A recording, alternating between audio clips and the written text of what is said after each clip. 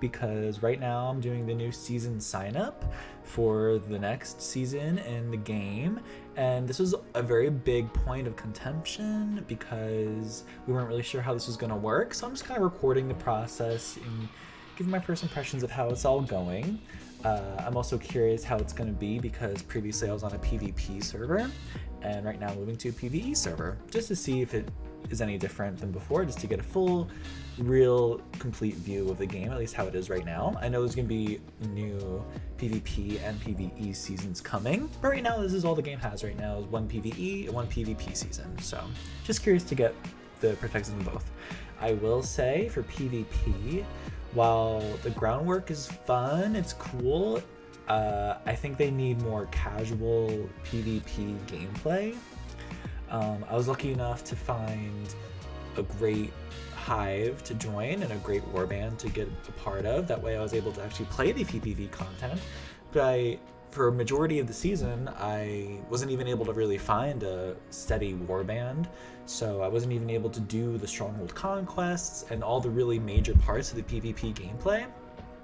And I think going forward, they should really incorporate more PvP elements. I know they had the cargo scramble things where you can go to the truck and fight each other, but every time I would play that, nobody would ever be there because my server was kind of dead by the time phase 4, 5, 6 came around. So I don't know. I think just the servers overall, the whole system makes it hard to get a steady player base, I guess. I don't know. But definitely moving forward, more PvP stuff in the PvP servers. And another thing that I found to be a major point of concern is during the stronghold conquests, while I understand the use of turrets and stuff, I mean, they're in the game, so they're totally viable to use, right? But I think the way that they're being used right now, especially while defending, where, you know, you can take your group of 8 people, all of you throw down 3 turrets at the spawn, and then they'll kill whoever spawns in immediately. And it's crazy because they'll start doing damage to somebody before they're even in the game. So they'll load in and be on the ground already. And I think that is a major problem. I mean, if you want PvP gameplay, you know, for this phase 6, for the phase 5, this last phase, for the big fight at the end of the season, we were defending a stronghold and didn't even fight because, you know, the warband I was part of found this gimmick and they ran it into the ground. And then, I mean, I guess I don't blame them. Why wouldn't you if it's available? But I don't know. I think it took a lot of fun out of the PvP elements of the game.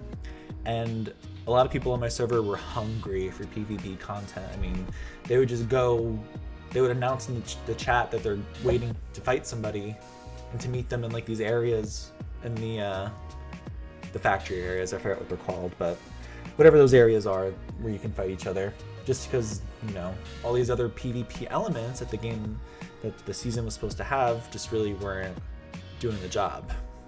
And also lag was a really big issue in my server too. I mean, I'm not sure if that was across all servers or just the one I happened to be on, but you know, my server was not a high population server, and every time we would load into a stronghold conquest or anything, it would be so laggy to the point where it's like unplayable. To the point where those turrets were the only viable strategy because, you know, if you were just so laggy, you wouldn't be able to shoot anybody. But if you drop a turret, even while you're attacking and you're running up to a base, you know, if you can drop a portable machine gun turret, at least that's doing damage to some degree because the lag was so bad. So definitely PvP is a work in progress. I've never tried PvE before. I don't know what they have in store, Prime Wars and all these things. So I'm excited to see what that's all about. And yes, let's do this. So right now, this is the season sign-up screen. I've already picked a server. I tried to choose one that had limited spots available because I do not want a low population issue again. But hopefully for this we can find groups and stuff. I don't know. Last time on my PvP server, there was no groups running anything ever. So it was really hard to find someone to run all the boss battles with. So hopefully with the limited spots available, I'll be able to find something a lot easier. But this is the screen you're going to see when you start to sign up for a new season. I'm not sure why it's only these specific ones, I guess because they're the current ones. So, and I guess if I waited longer, maybe different servers would come up because they're available. But right now you'll see I'm in PvE. So before I got to this screen, you would choose PvP or PvE. So I chose PvE. Man Abyss, there's the only option available for PvE. And then on the PvE screen, you'll have two different server types, right? So you'll have difficulty hard, which is all this. So this first tab here with the red shield is going to tell you that it's difficulty hard, which is something new that they're introducing to the game, these difficulty levels. So I'm curious how hard it's really going to be. And then the next one is going to tell you anomalies. So every season, they're going to have different anomalies happening that will modify the enemies. So right now you can see here that there's going to be high damage reduction for phase deviants, and coherence deviants will carry a coherence device, which will make them invincible unless you do the types of damages that they see here. I'm assuming. I'm not too sure what all this means exactly, but I think that's interesting. I mean, it definitely spices it up, especially if you're going for a certain build. Right now my build is all shock damage, and then I got some shrapnel stuff, so yeah, won't be going for that. I think I'm a little nervous to do the hard difficulty because I don't think I'm really ready for it. I don't know. My build was good, but it wasn't some crazy high numbers I've been seeing, so I'm decided to go with an easy one. But you'll see here that even though these are both hard difficulty seasons, they have different anomalies. So for this other one, you know, voids will start with a shield, and balance deviants will recover HP over time. So I think that's really cool. And maybe, like, you know, if you're going for a certain build, like for me, for example, like I'm going for power surge, right? So if I did want to do this hard difficulty, I'd probably go for this 51 over this one because I already have that build. It's a little easier for me. But you know, I think that's cool. Keeps it interesting. There's also these wish machine blueprints that are exclusive to the season. And I noticed that if you do easy or hard, and depending on the anomaly that you have, it's based on anomaly, not easy or hard, I'm sorry. So if you do this anomaly, these wishes will appear, while if you do this anomaly, these different ones will appear. So I think that's cool. It keeps it interesting. I wonder if they're exclusive to the season. I believe these items were in the blueprint shop in the PvP server. So I don't think they're exclusive, but maybe they're in the part of the wishes if you want to roll for wishes. I didn't roll for wishes until the season quest demanded it, just because, I don't know, gambling with these games on these loot chests is not something I wanted to really mess around with. So I don't know, but something interesting to look at. Hopefully they'll never lock anything behind the wish machine stuff, but you never know.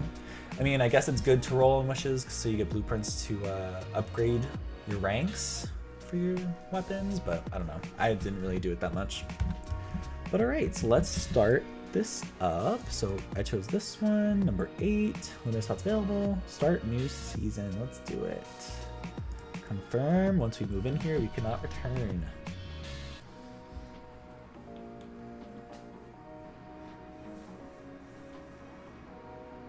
All right, here we go. Okay, so new scenario is open. Cool. We're flying into the map just like we did when we first loaded into the game. Interesting. All right, so I guess I'm just gonna drop in here. I'm assuming the map is the same. Yep. Even my tags from before are still there. All right, so I'm just gonna drop in anywhere because I'm more curious to see what we got going on here. All these camps, cool to see. I'm glad people are actually here. Okay, definitely don't need that. Let's do complete, I guess. Oop, spelling error there. Yikes. That's okay. What are these actually? Only essential task guidance. Experience information not to indulge in nostalgia. You choose everything. Playing participate missions. Oh, so for the story. All right. Well, I did most of the story for PvP, so I'm going to choose simplified because that's what they suggest.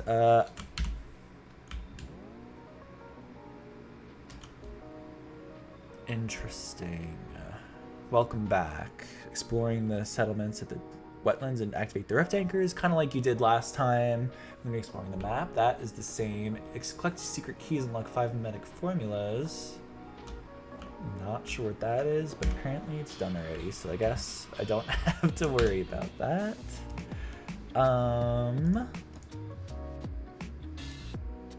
Okay. So this is all pretty much the same as last time. I know if you did hard mode, you'd be getting more star crom for these. That was kind of the major difference that I saw. So it's just more rewarding for you to play. Okay, keep the season stars. I thought this was pretty interesting. So every time you complete a season, you're going to be getting this leveled up. So since I completed the PvP season, and I finished the goals for phase 4 or 5, one of the phases gave you this, the star, the butterfly. So when I complete it again, I'll be getting level 2 stuff instead. So I think that's cool. Kind of motivates you to keep doing the same season if you want to complete it. Though I am curious, once they reveal the new seasons for PvP and PvE, if they'll change this out. So then you kind of have to decide if you want to keep going with this and rank it up all the way, or if you want to split to the new stuff. Because I feel like at that point, this is going to get so old, who's going to play this stuff anymore? And then that becomes a problem for those who want to complete the old stuff, right? If they don't have any groups to play with. So that'll be interesting. But I think it's a cool idea. I was hoping I could like recustomize my character, but I guess you're not gonna be able to do that, so whatever. It's fine. Just hate having to spend the credits on it, but whatever. So this is gonna be how your resources are handled in the new season. So you can see here that a lot of my stuff transferred over, any remaining star chroma that I didn't spend, Christians, the Masuko marks, silver keys, tools, you know, whatever I had in my inventory at the time. My deviations, I really can't believe I almost had 86. That's kind of crazy, but all right. And then any money I had left over, which is energy links, is going to be converted to astral sand. Astral sand is the currency you use in Eternalland to build in there. So anything that you build in Eternalland, instead of using, you know, the regular materials, it costs astral sand. So that's what that's converted to. And then these are the things that did not transfer over. So any of the keys that I had laying around, these staroids to Lost to Primor, which I never used, these pictures that you got from quests, a regulator that I didn't end up using for the wars, yeah, and a specialization that I didn't use. So just to let you guys know how I even got to that is I opened my inventory. I just landed, fresh inventory, nothing in here, right? I click this little space-time backpack button with the little island symbol on it. This is going to bring you to everything grayed out in your space-time inventory. This is everything that was in my inventory when I left my past season. So now, when I click this transfer to season backpack button, this is going to give me the UI screen to start to move stuff over to this new season. So any calibrations that I may have had left over, grenades, ammo, whichever. I'm not sure why they have this symbol. But okay, interesting. You know, food, materials. I have some Cortexes in here even. That's kind of cool, they transferred over. Stardust transfers over. A formula that I had extra of that I didn't need. And then deviants that you've collected over the course of the game. Weapons that I made and armor that I made. And these do keep your calibrations and the tiers that they're currently on. So instead of having to maybe remake that weapon that you spent all your Stardust on calibrating, you can just port it over. But you do need to be that level to equip it. So even though I transfer this gun over that's level 40, I won't actually be able to use it until I hit level 40. So I'd have to remake the lower level one again in the meantime. But, you know, typically you're going through mobs with a melee weapon anyway, unless you're playing a hard mode, maybe it's a little different. But you can kind of get through just using a regular melee, maybe some random guns that don't need to be these maxed out, leveled weapons to get through the game, at least the beginning stages. Once you reach the end game and start doing those big boss battles that regular max level, then you start needing these upgraded weapons, but for the majority of the game you really don't. So I was also reading that people suggest to transfer items over when you really need them instead of just wasting all this currency out right now. It's suggested to just wait because there's no rush, there's no time limit to use these. It's just whenever you want to transfer stuff over, which I think is cool. So, you know, maybe later on in the game, I'm not even using this build anymore for some reason. So I can just ignore it and, you know, craft new items. But my construction is gone. I think I could have saved my build, but I never did. So I think if I did end up saving my base, I would have been able to port it back in. But, oh well, that's okay. My base wasn't that good anyway. And then if we look at my blueprints, I will have all the blueprints that I had from the past season. And that's pretty much it. So right now, I'm just starting fresh out the gate with a fresh new build, fresh new game, just with, you know, all the progress blueprint-wise that I had previously. So from what I take from all this is that, you know, all these seasons and phases and stuff is just you building upon, you know, all these season stuff you get from the season shop here. Same crate, same whatever. But maybe this will change. I'm sure these will change at some point, but right now it's season 1, so you know this is all the same stuff. And then for the blueprints, I don't have a arcade machine right now, so I don't have anything. But I assume if I did open that blueprint shop up again, I would just have all this stuff, right? So all my exclusive armors, all my shelter stuff, my gas tight element, I wouldn't have to rebuy that again. I can instead spend the StarCom I'm going to get from playing the game again on new stuff. Eventually collect everything. So kind of a completionist route. And yeah, I think that's cool. I think that's interesting. You know, all the cosmetics transfer over, of course. Yeah. So that's how the season transfers work in Once Human, at least right now. Curious to see how they switch this up going forward in the future, and excited to see how PvE is, because PvP honestly was kind of lackluster. Okay, cool. Thanks for watching. Bye.